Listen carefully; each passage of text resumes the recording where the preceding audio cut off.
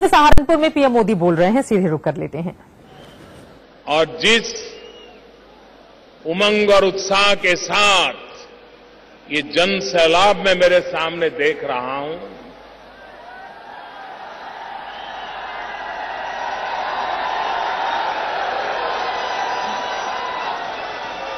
मैं सबसे पहले आप सबकी क्षमा चाहता हूं कि ये जगह कम पड़ गई।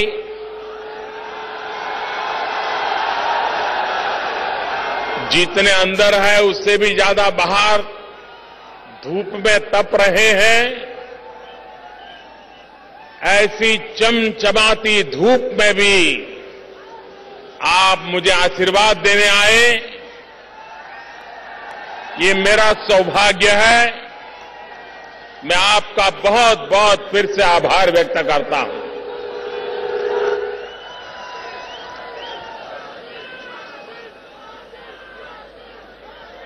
भाइयों बहनों, आज मैं आपके सामने उस समय आया हूं, करीब इसी समय 2 साल पहले दिल्ली के राष्ट्रपति भवन के प्रांगण में हम सब शपथ ले रहे थे।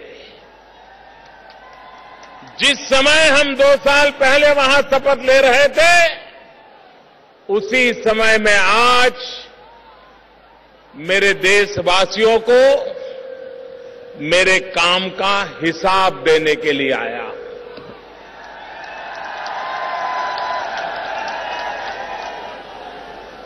मैंने लाल किले से कहा था, प्रधानमंत्री ये व्यवस्था है, लेकिन प्रधान सेवक ये मेरा दायित्व है, ये मेरी जिम्मेवारी है। और मैं एक प्रधान सेवक के रूप में 125 करोड़ देशवासियों की सेवा करने का निरंतर प्रयास करता रहा हूं। मेरे प्यारे देशवासियों,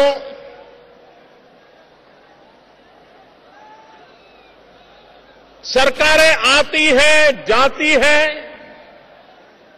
चुनाव होते हैं, लेकिन सरकार बनती है जन सामान्य के सपनों को पूरा करने के लिए। मेरे प्यारे भाइयों बहनों, गत 2 वर्ष में देश ने भली भांति हमारे काम को देखा है, हमारे काम को परखा है। और जब संसद में एनडीए के सभी सांसदों ने मुझे नेता के रूप में चुना था और मैंने मेरा पहला भाषण दिया था, और पहले भाषण में मैंने कहा था कि मेरी सरकार इस देश के गरीबों को समर्पित है। 2 साल के हमारे पूरे कार्यकाल को देखेंगे, एक के बाद एक उन कामों को हाथ में लिया है जो गरीबों को गरीबी के खिलाफ लड़ाई लड़ने की ताकत दे, गरीबी के खिलाफ विजयी होने की ताकत दे। कोई गरीब मां बाप ये नहीं चाहता है कि उसके संतानों को विरासत में गरीबी मिले। हर मां बाप चाहता है कि उसके संतान ऐसी जिंदगी जीने के लिए मजबूर न हो जो जिंदगी उन्हें बितानी पड़ी है। मेरे भाइयों बहनों, अगले साल आजादी के 70 साल हो जाएंगे। सामान्य मानवीय की आवश्यकताओं की पूर्ति, इसको करने का प्रयास दिल्ली में बैठी हुई आपकी जो चुनी हुई मेरी सरकार है, उसने लगातार कोशिश की है। हमारी कोशिश रही है कि राज्यों को ताकतवर बनाए। हमारी कोशिश रही है कि राज्य सरकारें भी जनता जनार्दन की भलाई के लिए काम करें। और इसलिए आज स्थिति ऐसी है, पहले एक जमाना था जब दिल्ली सरकार के पास भारत का जो खजाना होता था, उसमें से 65% धन दिल्ली सरकार के खजाने में हुआ करता था और 35% धन राज्यों के खजाने में हुआ करता था। मैं भी राज्य का मुख्यमंत्री लंबे अरसे तक रहा हूं।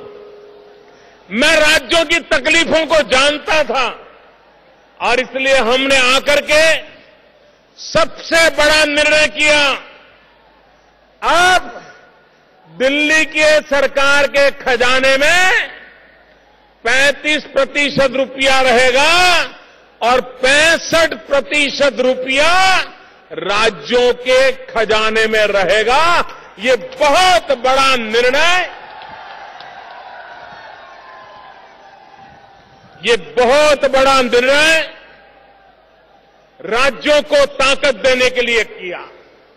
इतना ही नहीं, नगर पालिका हो, महानगरपालिका हो, पंचायत हो, ग्राम पंचायत हो, उनको भी सीधा अधिकतम मात्रा में धन पहुंचाने का काम दिल्ली में ये नई सरकार ने किया है। भाइयों बहनों, सिर्फ गांव पंचायतों को 2 लाख करोड़ रुपया देने की हमने योजना बनाई है। आपके भी गांव में भारत सरकार की तरफ से हर वर्ष कहीं 80 लाख, कहीं 1 करोड़, इतनी बड़ी तादाद में लोगों के पास धन पहुंच रहा है, इसलिए कि गांव के जीवन में बदलाव आए, गांव के जीवन में सुख सुविधाएं आए, रोड बने, पानी की व्यवस्था हो, बिजली आए, अच्छी स्कूल हो, अच्छा अस्पताल हो, इन चीजों पर हमने बल दिया है। एक के बाद एक उन योजनाओं को हाथ लगाया है जिसके कारण देश के गरीब के जीवन में बदलाव आए।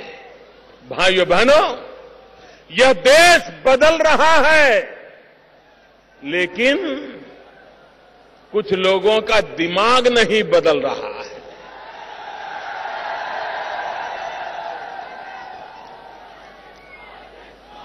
भाइयों बहनों,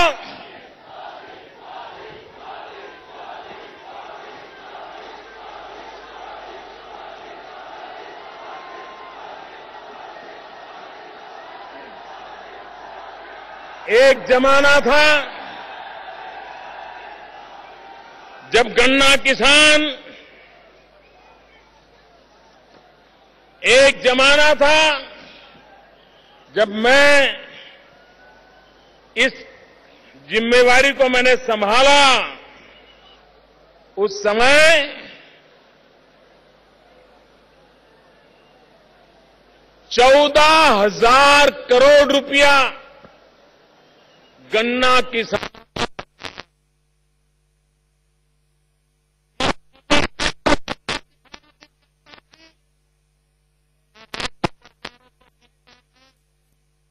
गन्ना किसानों को हमेशा ताकत मिले, ऐसी योजना बनाने के लिए पहले कभी किसी सरकार को चिंता नहीं थी।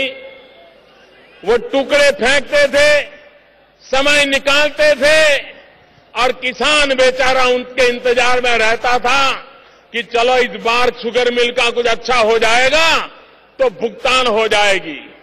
लेकिन स्थायी रूप से उस समस्या का समाधान करने के लिए प्रयास नहीं होता था।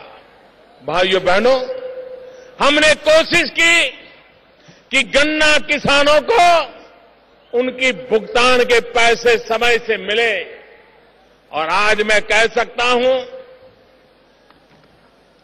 बहुत बड़ी मात्रा में ये पुरानी भुगतान का काम हमने अलग अलग योजनाओं के द्वारा करवाया। अब कोई 700-800 करोड़ रुपया अभी भी भुगतान का बाकी है। मैं राज्य सरकार को आग्रह करता हूं और मैं शुगर मिलों को चेतावनी देता हूं,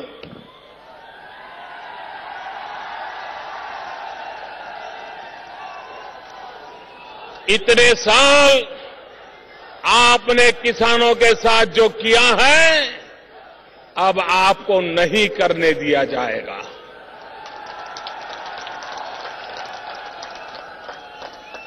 सरकार ने ऐसी नीतियां बनाई हैं कि आप अगर ईमानदारी से शुगर मिल को चलाएं तो गन्ना किसानों का कोई भुगतान बाकी रहने की जरूरत नहीं है। भाइयों बहनों, हमने गन्ने से इथेनॉल का भी अभियान चलाया है। 5%, 10% इथेनॉल बने जो हमारी गाड़ियों में पेट्रोल डीजल के साथ उपयोग में आए, ताकि कभी भी गन्ना किसान को मुसीबत की नौबत न आए। पर्यावरण का भी फायदा हो, विदेशी मुद्रा का भी फायदा हो और हमारे गन्ना किसान को भी फायदा हो, ऐसी एक नीति हमारी दिल्ली सरकार ने बनाई है। और मैं जो विश्वास है, हमारी योजना है कि 2022 जब हिंदुस्तान की आजादी को 75 साल होंगे, देश के लिए मर मिटने वाले शहीदों का स्मरण करते हुए हमने संकल्प किया है उनको कैसा हिंदुस्तान देना। 2022 तक हम गांव गरीब किसान के लिए उन नीतियों को आगे बढ़ाना चाहते हैं ताकि हमारे किसान की आय 2022 आते आते 2 गुना हो जाए, डबल हो जाए। ये काम हमने तय किया और ये सिर्फ नारा नहीं है मेरे भाइयों बहनों, हमने पहला काम उठाया है। इस धरती मां की चिंता करना, हमारी जमीन बर्बाद हो चुकी है। वैज्ञानिक तरीके से जमीन का रख रखाव जरूरी है और इसलिए हमने सॉइल हेल्थ कार्ड की योजना के द्वारा देश के करोड़ों करोड़ों किसानों को सॉइल हेल्थ कार्ड देने का अभियान चलाया है। इससे किसान को पता चलेगा कि उसकी जमीन में क्या अच्छाई है, उसकी जमीन में क्या कमी है, उसकी जमीन में क्या बुराई है और क्या करे, कौन सी दवाई का उपयोग करे, कौन से खाद का उपयोग करे, कौन सी फसल उगवाए ताकि उसकी जमीन भी बचे और किसान को अच्छी फसल भी मिले। उस पर हमने काम आगे बढ़ाया है। हमने एक बड़ा सपना देखा है।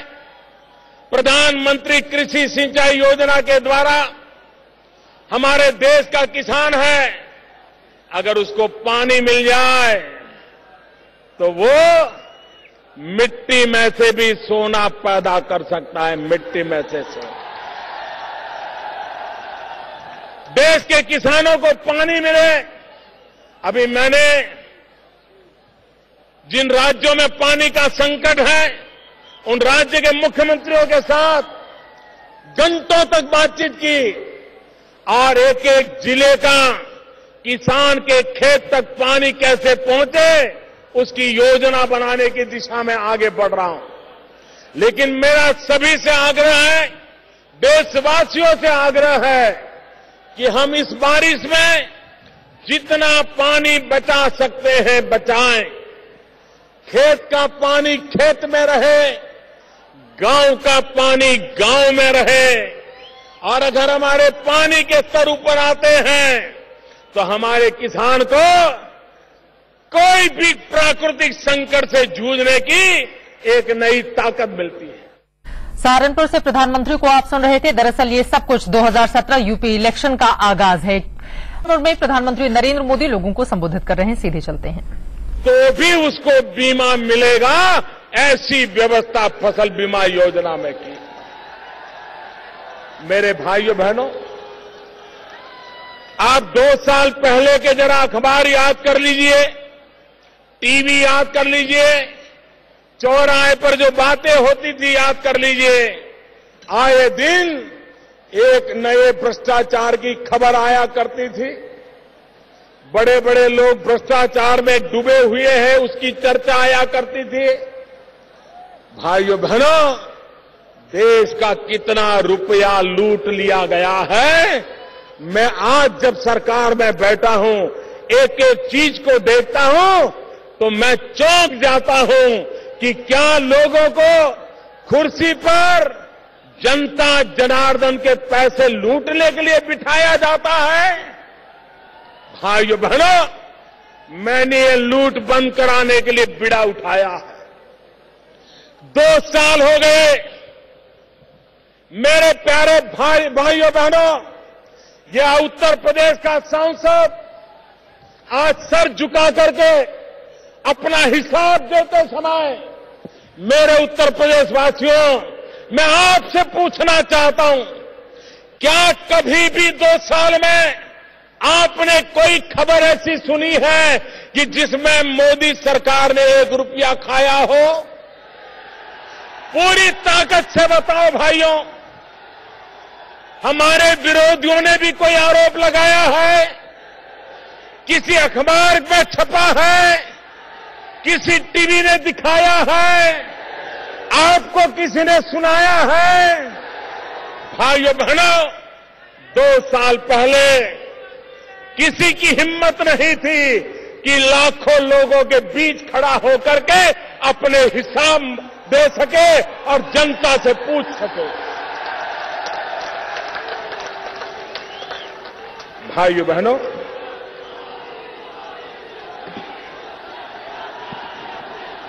आपको हैरानी होगी, गैस का सिलेंडर, गैस का चूल्हा, ऐसी सरकारें आई वो तो अमीरों की अमानत बना दी। ऐसा जैसे गरीबों को तो गैस का चूल्हा सपने में भी नहीं सोचना चाहिए। क्या गरीब को लकड़ी के चूल्हे में ही जिंदगी काटनी पड़ेगी क्या? क्या मेरी गरीब मां को दिन में लकड़ी का चूल्हा जला करके खाना पकाते पकाते 400 सिगरेट का धुआं अपने फेफड़े में लेना होगा क्या? क्या गरीबों को मरने दिया जाएगा क्या? भाइयों बहनों, ये मेरा देश कितना ताकतवर है, मेरे देशवासी कितने ईमानदार है, यही तो है जो मुझे काम करने की ताकत देता है। मैंने देशवासियों को कहा कि अगर आप आर्थिक रूप से रसोई गैस के लिए सब्सिडी छोड़ सकते हैं तो छोड़िए, कोई ज्यादा पैसे नहीं है।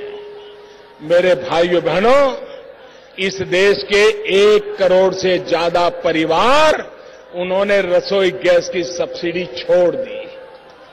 ये छोटा निर्णय नहीं है, ये छोटा निर्णय नहीं है। 1 करोड़ से ज्यादा परिवार रसोई गैस की सब्सिडी छोड़ दें तो मैंने भी निर्णय किया कि आने वाले 3 साल में 3 करोड़, पिछले साल 3 करोड़ परिवारों को गैस का कनेक्शन दे दिया और आने वाले 3 साल में 5 करोड़ गरीब परिवारों, जहां लकड़ी का चूल्हा जलता है, उनको गैस का कनेक्शन दिया जाएगा। मातृशक्ति के सशक्तिकरण का इतना बड़ा कार्यक्रम आजादी के बाद 50 साल में कभी चला नहीं है भाइयों बहनों। इतना बड़ा निर्णय, नारी सशक्तिकरण का एक काम हमने किया है। आप मुझे बताइए, सरकार समाज की भी चिंता करनी पड़ती है। आज हमारे समाज में पुरुष की तुलना में महिलाओं की संख्या कम हो रही है। बेटे जितने पैदा होते हैं, बेटियां कम पैदा होती हैं, क्योंकि बेटियों को मां के गर्भ में ही मार दिया जाता है। समाज में असंतुलन पैदा हो रहा है। अगर 1000 बेटे पैदा होते हैं, 1000 बेटियां पैदा नहीं होगी तो समाज का हाल क्या होगा, इसका आप अंदाज लगा सकते हैं। और इसलिए हमने अभियान चलाया है, बेटी बचाओ बेटी पढ़ाओ। भाइयों बहनों, हमारे देश में एक फैशन हो गई है, हर योजना जातियों से जोड़ दी जाए, हर योजना संप्रदाय से जोड़ दी जाए, हर योजना वोट बैंक के बनाने के लिए बनाई जाए। भाइयों बहनों, मेरे लिए तो 125 करोड़ देशवासी यही मेरा परिवार है। न जात है, न पात है, न पंथ है, न संप्रदाय है। सभी 125 करोड़ देशवासियों की भलाई के लिए हमने योजनाओं पर बल दिया है। और इसलिए जब मैं बेटी बचाओ की बात करता हूं, जब मैं बेटी पढ़ाओ की बात करता हूं, तो सभी 125 करोड़ देशवासियों के लिए करता हूं, हर परिवार के लिए करता हूं, हर संप्रदाय की बेटी के लिए करता हूं, हर जाति की बेटी के लिए करता हूं, हर बिरादरी की बेटी के लिए करता हूं। जब तक समाज की सभी बेटियां ताकतवर नहीं होगी, ये मेरी भारत माता ताकतवर नहीं होगी। और इसलिए मेरे भाइयों बहनों, पिछले 2 साल में बेटी बचाओ बेटी पढ़ाओ, इसका एक बहुत बड़ा अभियान चलाया है। आज गांव में जाएं तो लोग कहते हैं, साहब हमारे गांव में भी जरा पक्की सड़क हो जाए। गांव में पक्की सड़क की मांग रहती है। आज मुझे दुख के साथ कहना है, पिछली सरकार में एक प्रकार से सड़कें बनाने के लिए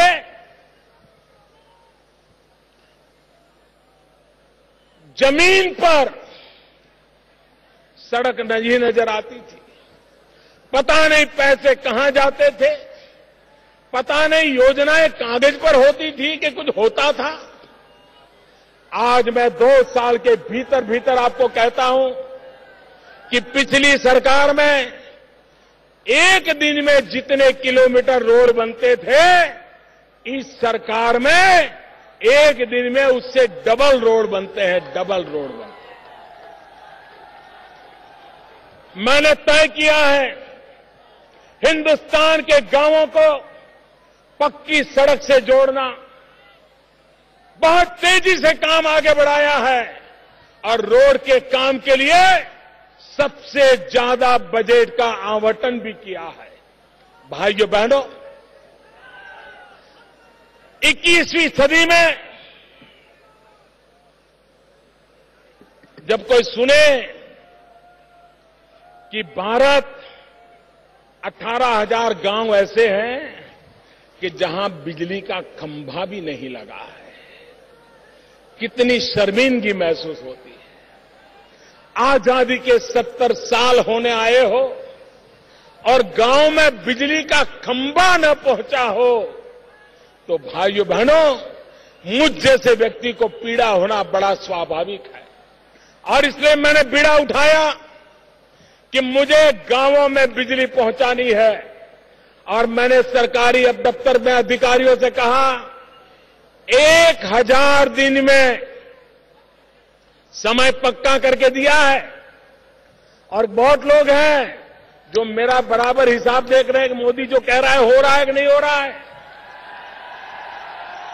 और कहीं से कोई गलत खबर आ जाए तो 24 घंटे टीवी पर चलता है कि मोदी ने उस गांव में बिजली पहुंचाने के लिए कहा था, लेकिन अभी बिजली पहुंची नहीं, सिर्फ खंभे पहुंचे हैं। इतना बारीकी से मेरे काम को देखा जाता है और मैं इसका स्वागत करता हूं। सरकार का पल पल का हिसाब होना चाहिए, सरकार का पाई पाई का हिसाब होना चाहिए। ये सरकार जनता के लिए होती है, जनता की भलाई के लिए होती है। और इसलिए भाइयों बहनों, 1000 दिन में अभी तो 300 दिन हुए हैं, लेकिन मुझे खुशी है कि 18,000 गांव में से 7,000 गांव में बिजली चालू हो गई। सबसे ज्यादा गांव उत्तर प्रदेश के अंधेरे में थे।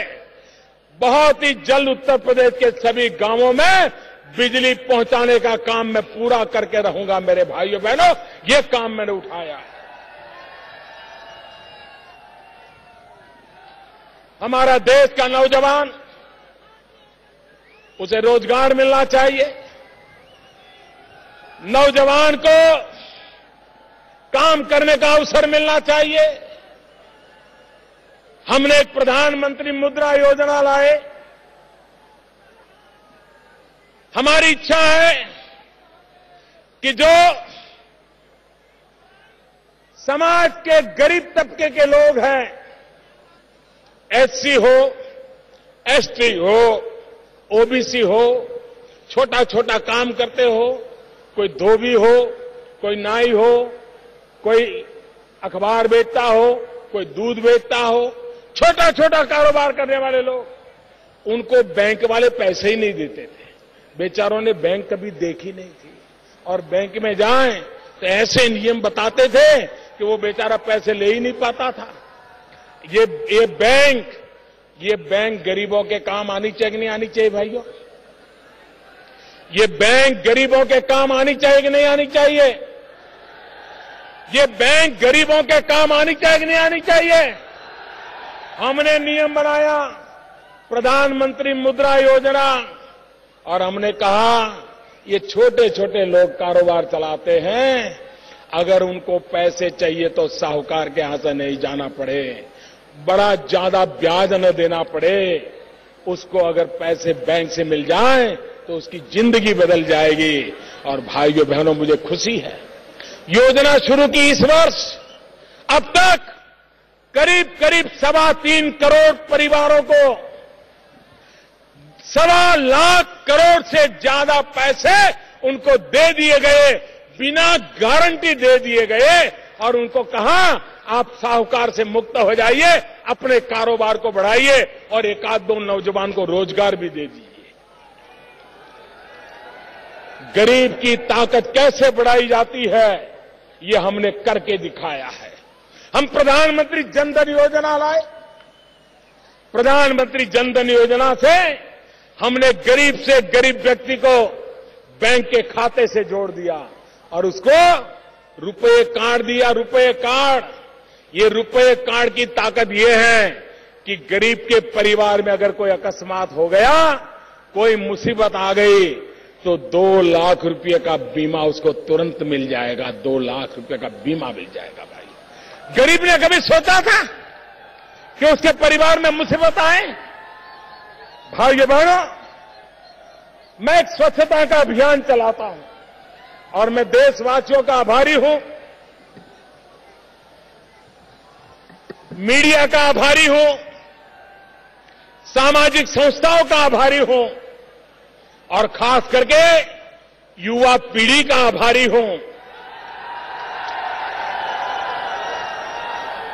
उन्होंने स्वच्छता के अभियान को अपना कार्यक्रम बना लिया है।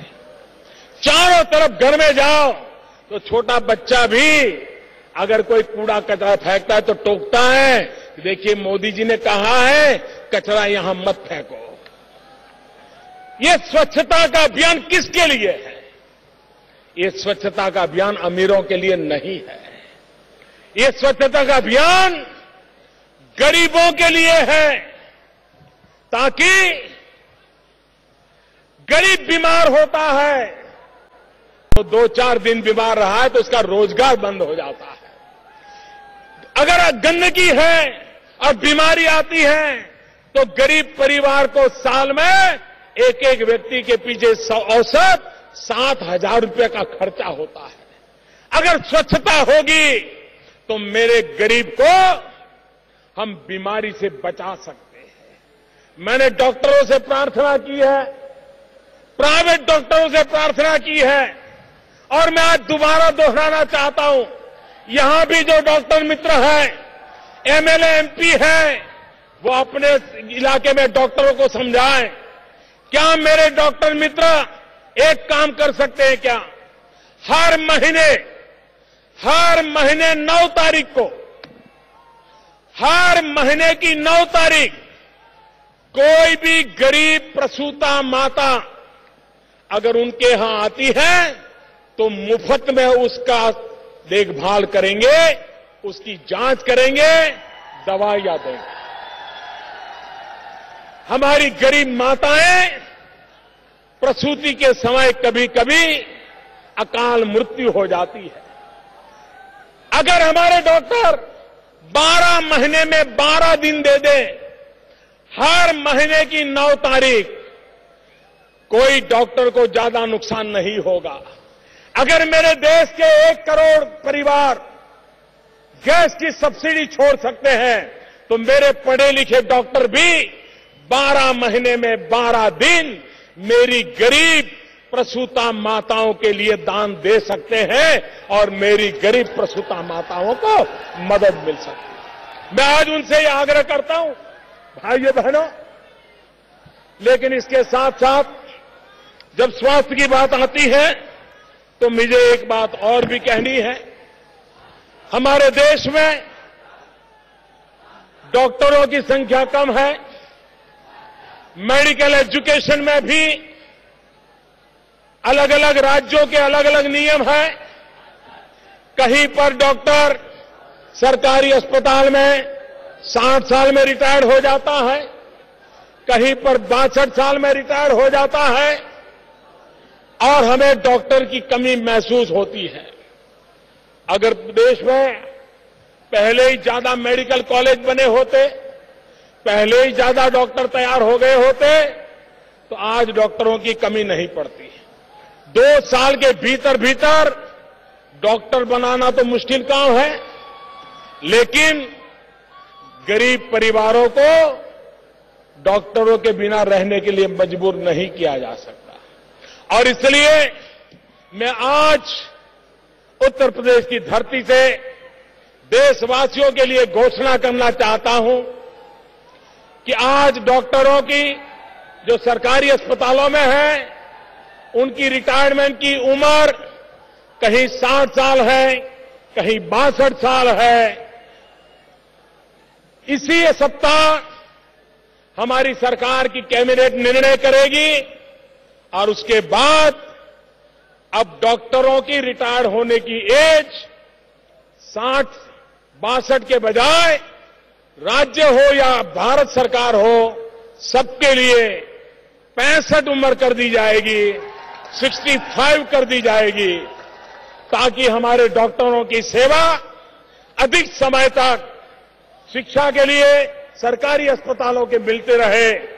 और जब तक नए डॉक्टर तैयार होते हैं, नई कॉलेज तैयार होती है, जिसका काम भी बड़ी तेजी से चल रहा है, इस काम को भी हम आगे बढ़ाना चाहते हैं। मेरे प्यारे देशवासियों, विकास की दिशा में आज पूरा विश्व कह रहा है, अगर दुनिया में तेज गति से विकास करने वाला कोई देश है तो देश का नाम हिंदुस्तान है। मेरे भाइयों बहनों, हिंदुस्तान। 2 साल पहले लोग कहते थे अब हिंदुस्तान डूब गया, हिंदुस्तान खड़ा नहीं हो सकता है, अब हिंदुस्तान के दिन इतने खराब हैं कि हिंदुस्तान की स्थिति बदल नहीं सकती। 2 साल पहले निराशा का माहौल था, आज उत्साह का माहौल है।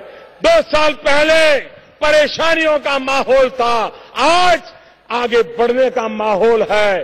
देश आगे बढ़ना चाहता है, नौजवान विकास चाहते हैं और इसलिए भाइयों बहनों, हमारे देश की समस्याओं का अगर कोई भी समाधान करना है तो समाधान एक ही बात से होने वाला है और वो समाधान होने वाला है विकास के माध्यम से। विकास ही हमारी सारी समस्याओं का समाधान है। बाकी जितनी बातें कोई करता है वो सिर्फ चुनाव के लिए करता है, वोट बैंक के लिए करता है। विकास ही है जो आपको ताकतवर बनाता है, आपको कभी किसी के पास हाथ फैलाने के लिए मजबूर नहीं होने देता है। और इसलिए मेरे भाइयों बहनों, हम इस विकास पर्व पर मेरी सरकार के सारे मंत्री हिंदुस्तान के कोने कोने में जाने वाले हैं और जनता जनार्दन को मिलकर के हमारे काम का हिसाब देने वाले हैं। और जनता को भी हम भरोसा होगा कि एक ऐसी सरकार जिसकी नीयत साफ है, जिसकी नीति साफ स्पष्ट है और जिसके दिल में हिंदुस्तान का कल्याण, हिंदुस्तान की भलाई, गरीबों की जिंदगी में बदलाव, गांव, गरीब, किसान, दलित, पीड़ित, शोषित, वंचित, आदिवासी, यही मेरे भाई बहन, माताएं, बहनें, उन सबका कल्याण करना, इसी एक मकसद को लेकर के हम चल रहे हैं। मैं आप सबसे आग्रह करता हूं कि आप भी इस विकास यात्रा में भागीदार बने। हम सब मिलकर के देश को आगे बढ़ाएं। सरकार हमारे लिए क्या करेगी वो आपका हक है, आपका वो हक जायज है, लेकिन हम भी देश के लिए क्या करेंगे ये भी हमारी जिम्मेवारी है। आइए सरकार हमारे लिए काम करे, हम देश के लिए काम करें, ऐसा माहौल बनाएं और देश को नई ऊंचाइयों पर ले जाए। मैं फिर एक बार उत्तर प्रदेश में इतनी बड़ी तादाद में आपने आशीर्वाद दिया, मैं आपका बहुत बहुत आभारी हूं। दोनों मुट्ठी बंद करके पूरी ताकत से बोलिए, भारत माता की, भारत माता की, भारत माता की। बहुत